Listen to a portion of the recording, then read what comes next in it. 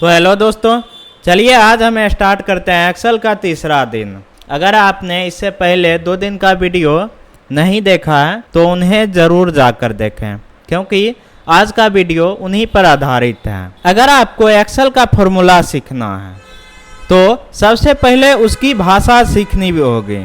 Formula से पहले equal sign क्यों लगाया जाता है, सेल एड्रेस क्या होता है, सेल रेफरेंस क्या होता है और F4 की का असली काम क्या होता है। ठीक है, अगर यह क्लास समझ गए तो आगे का हर फॉर्मूला आपके लिए आसान हो जाएगा। ठीक है, तो चलिए स्टार्ट करते हैं आज का क्लास। सबसे पहले फॉर्मूला क्या है?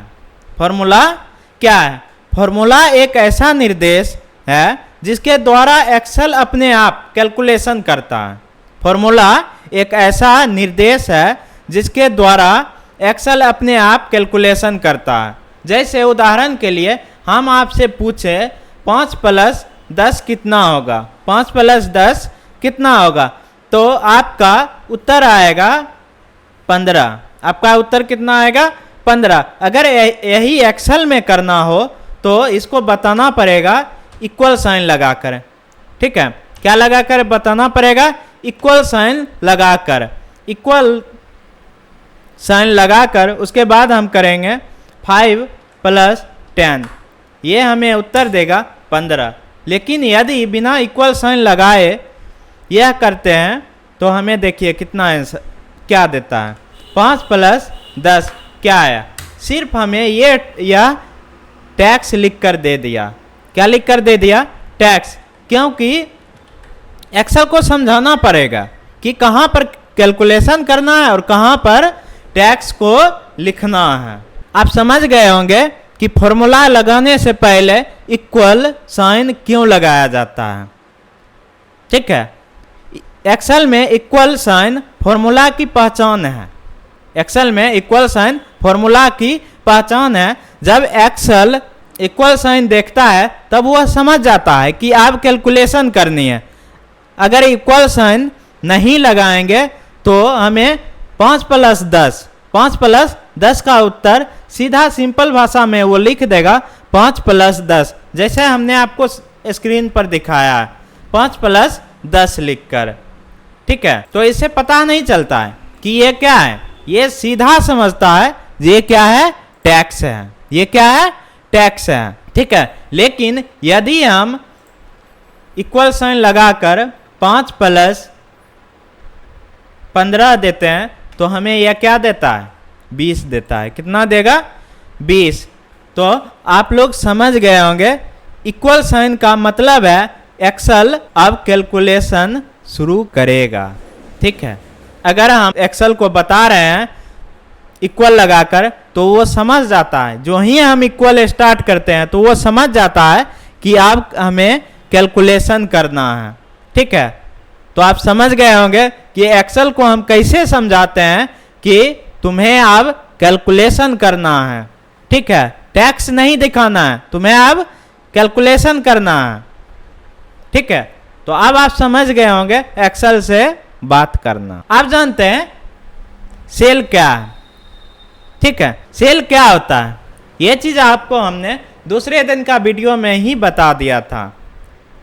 सेल क्या होता है? ठीक है, यदि आपने नहीं देखा है तो आप उन्हें जाकर जरूर देखें। जैसे ये क्या है मेरा?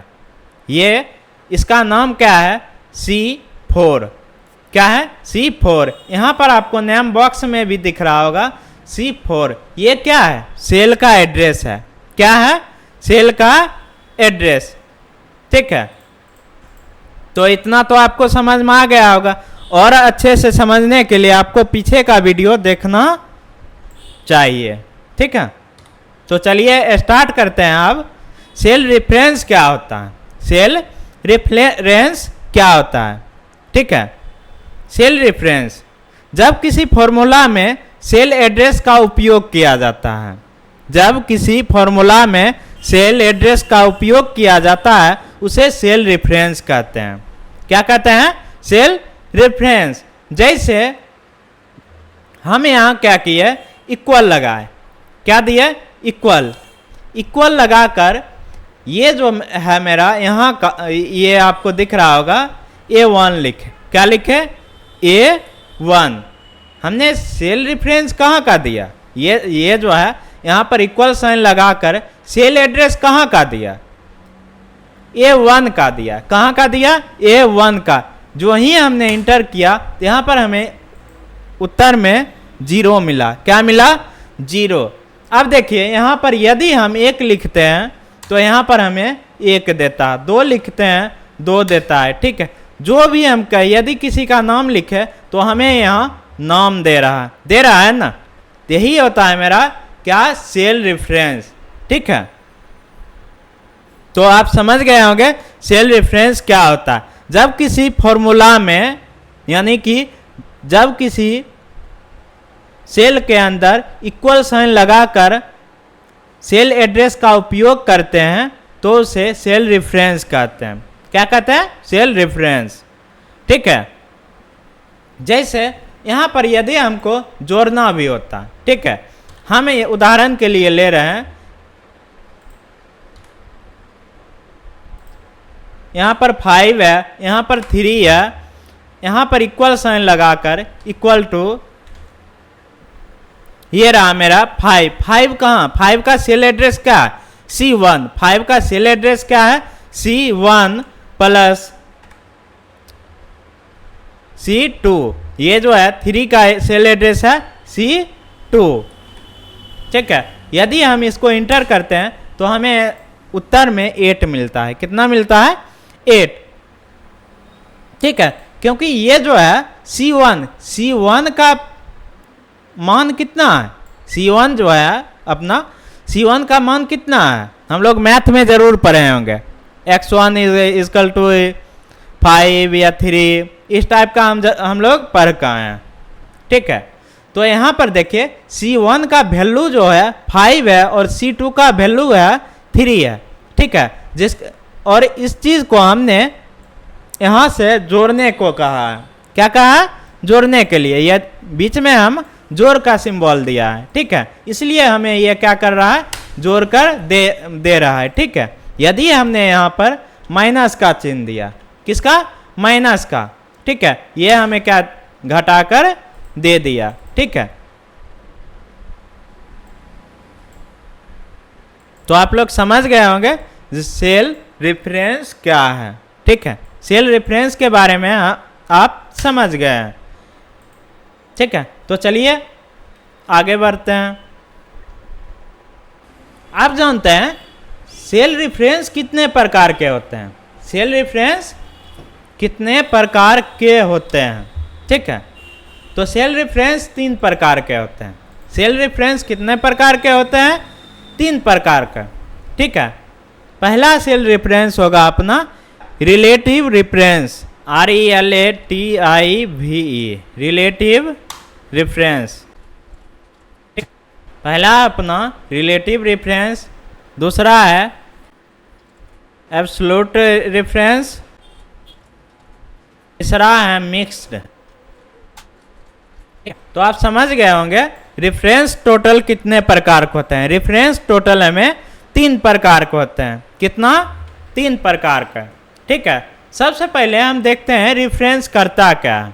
ठीक है, रेफरेंस करता क्या है। यदि हमने यहाँ पर लिख दिया 4-5 नाम ले लेते हैं, हम आपको लिस्ट बनाना पहले ही बता रखा है। ठीक है, इसलिए हमें यहाँ उसी लिस्ट से नाम निकाल लेते हैं। ठीक है, हमने लिखा है यहाँ MP और हमने यहाँ क्या कर दिया, ड्रैग, जिसके कारण हमको यहाँ क्या हुआ, नाम का लिस्ट बन के रेडी हो गया।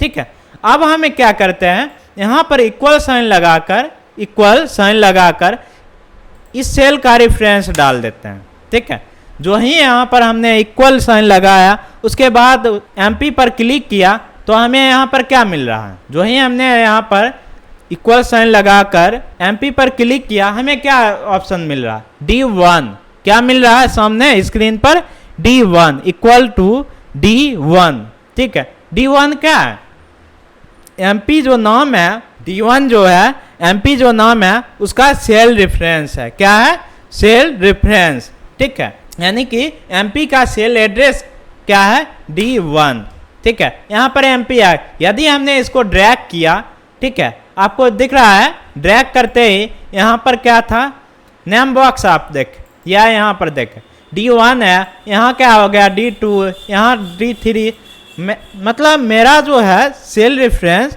ऑटोमेटिक चेंज हो गया, ठीक है। हमने सेलेक्ट किया था एक को, दूसरा में हमने सिर्फ ड्रैग किया था। क्या किया था, ड्रैग। ड्रैग कैसे करना है, जिसको भी ड्रैग करना है वहाँ पर कर्सर को रखे, उसके बाद यहाँ पर जब प्लस का चिन्ह आए, ठीक है, मोटा बीच में व्हाइट वाला नहीं, जब हमें यहाँ पर प्लस का इस टाइप का चिन्ह आए उसके बाद ड्रैग करना है, ठीक है। तो हम देख रहे हैं यहाँ पर क्या हुआ, मेरा लिस्ट आ गया। ये जितना भी नाम आया टोटली का रेफरेंस क्या है, यहाँ से उठा कर आया, ठीक है। यहाँ जो दिख रहा होगा, जैसे यहाँ पर D6 के अंदर कौन है, परवीन है। D6 के अंदर कौन है, परवीन है, ठीक है। तो आप लोग समझ गए होंगे सेल रेफरेंस, ठीक है।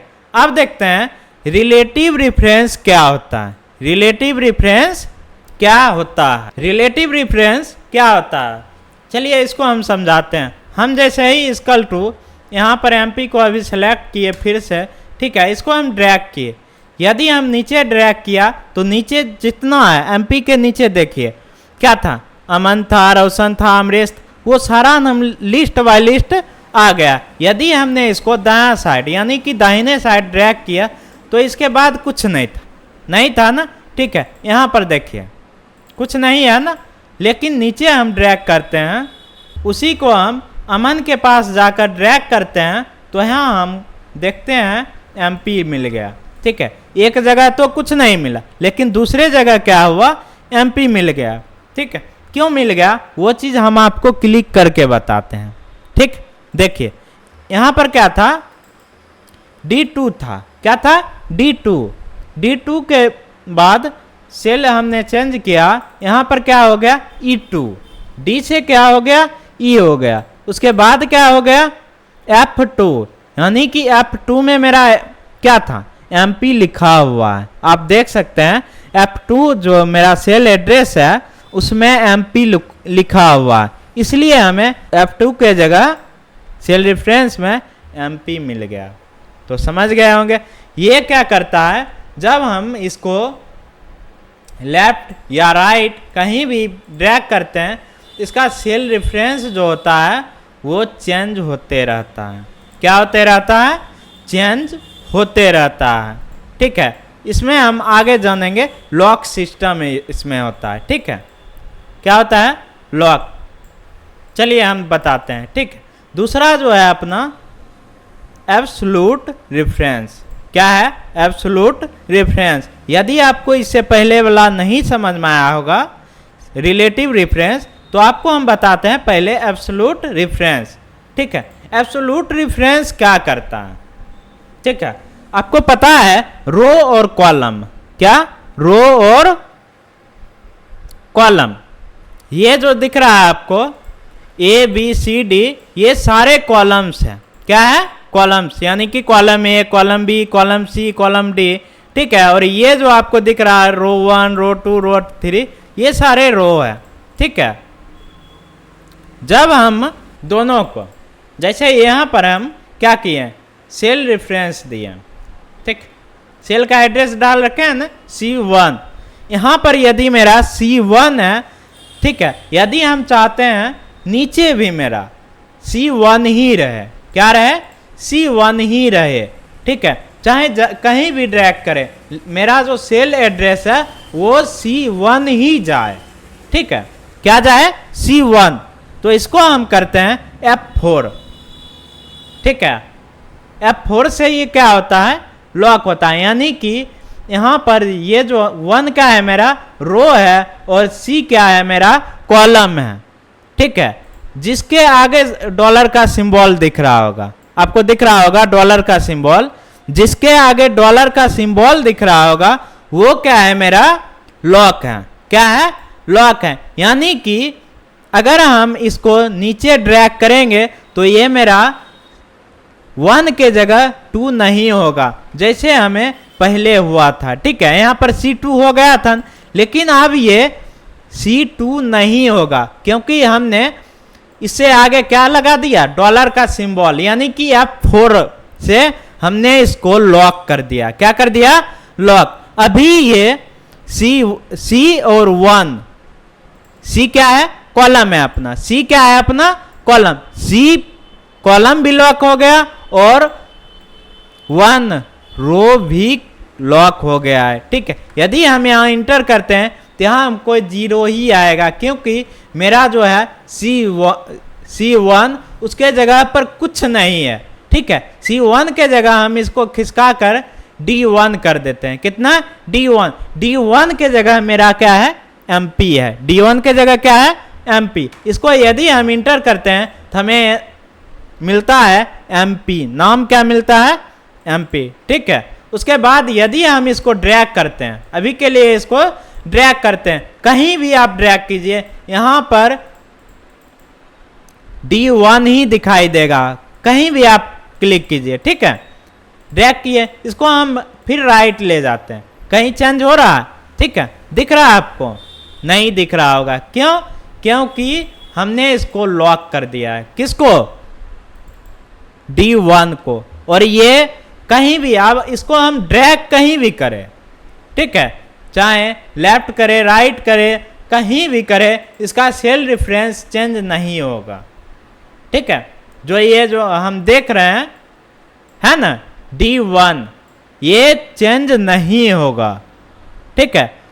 जिसे हम कहते हैं एब्सोल्यूट रेफरेंस। क्या कहते हैं, एब्सोल्यूट रेफरेंस। इससे पहले हम देखे थे रिलेटिव रेफरेंस में क्या हो रहा था, चेंज हो रहा था। जैसे हम यहां पर लिखे इक्वल टू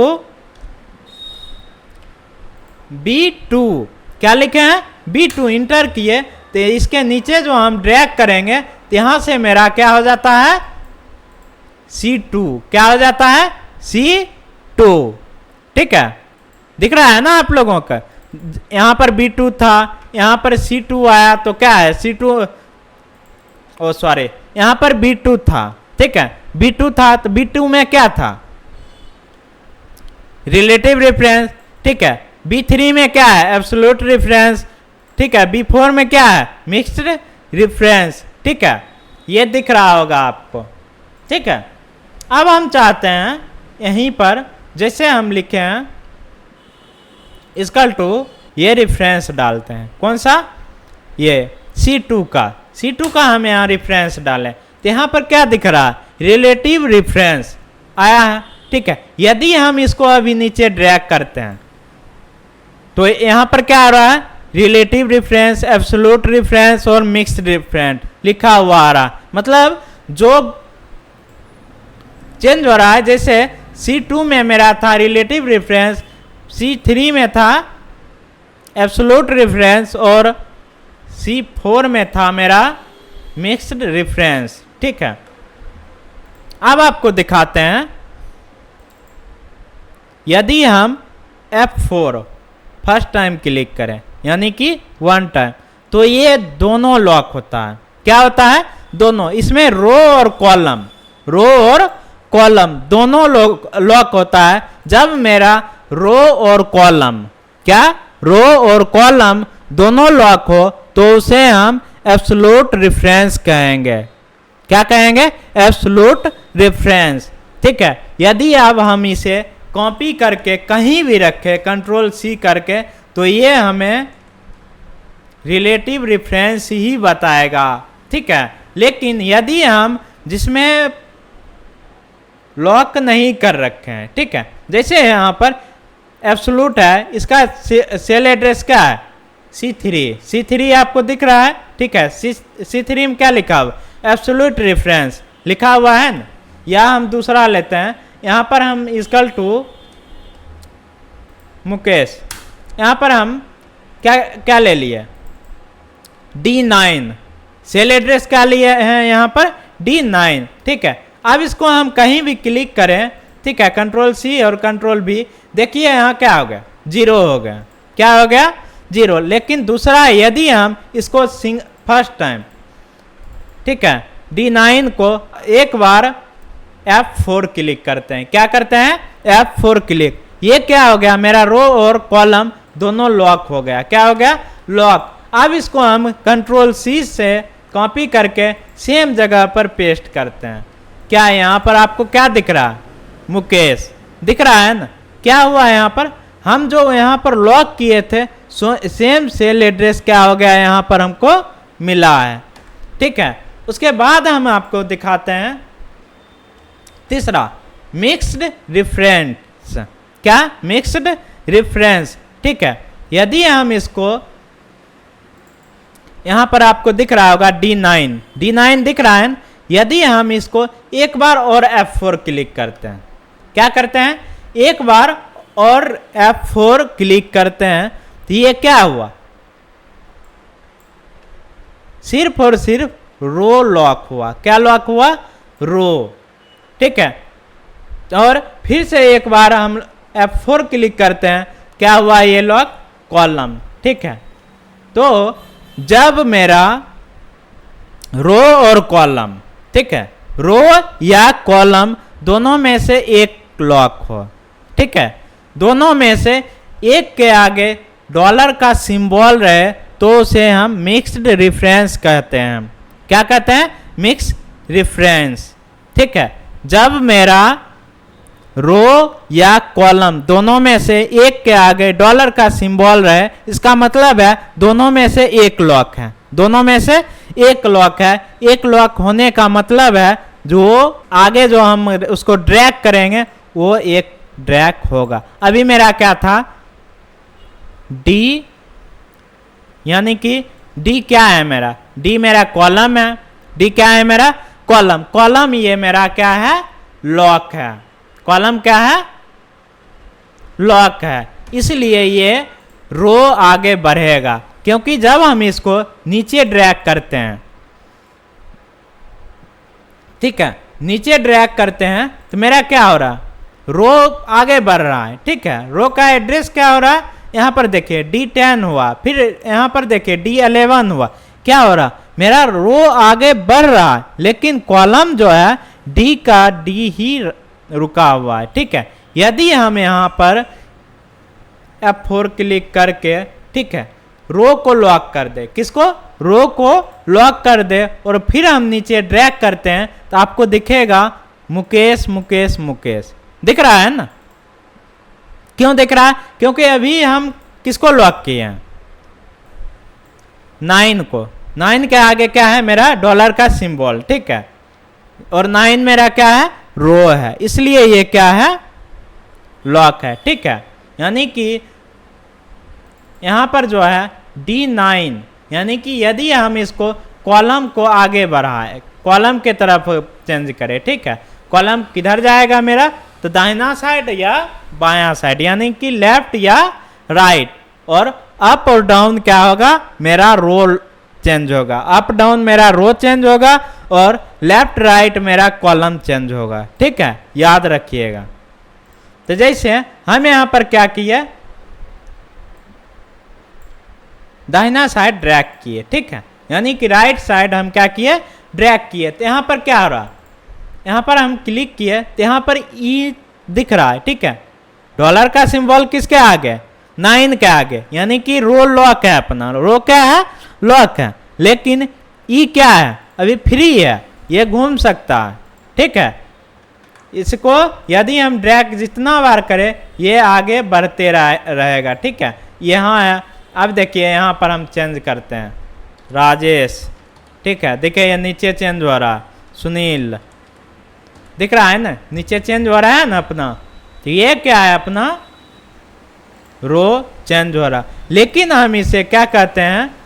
फिर से F4 से लॉक कर देते हैं। किसको? कॉलम को।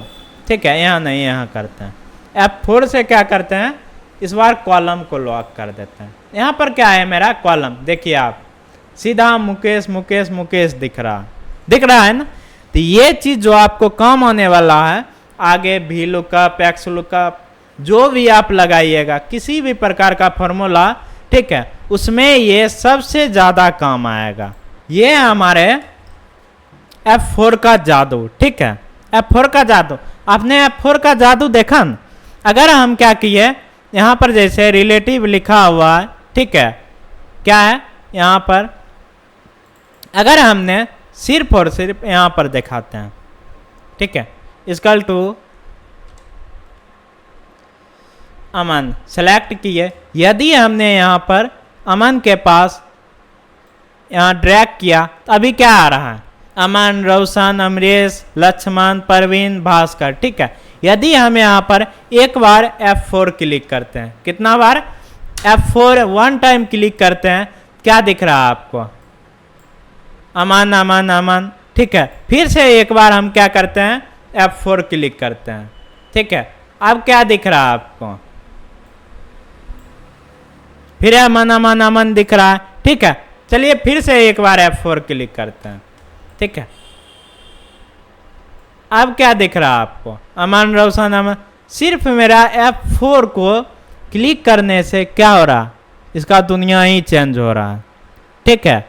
इसलिए ध्यान रखिएगा, कहीं कोई आपके लाइफ में F4 क्लिक ना कर दे, नहीं तो आपका भी दुनिया चेंज हो जाएगा, ठीक है, याद रखिएगा। तो उम्मीद करते हैं आज का क्लास आपको समझ में आया होगा। अगर आज की क्लास पसंद आई हो तो वीडियो को लाइक कीजिए, अपने दोस्तों के साथ शेयर कीजिए और चैनल को सब्सक्राइब जरूर कीजिए, ठीक है। मिलते हैं डे 4 में, जहां हम सीखेंगे कुछ फॉर्मूलाज, ठीक है।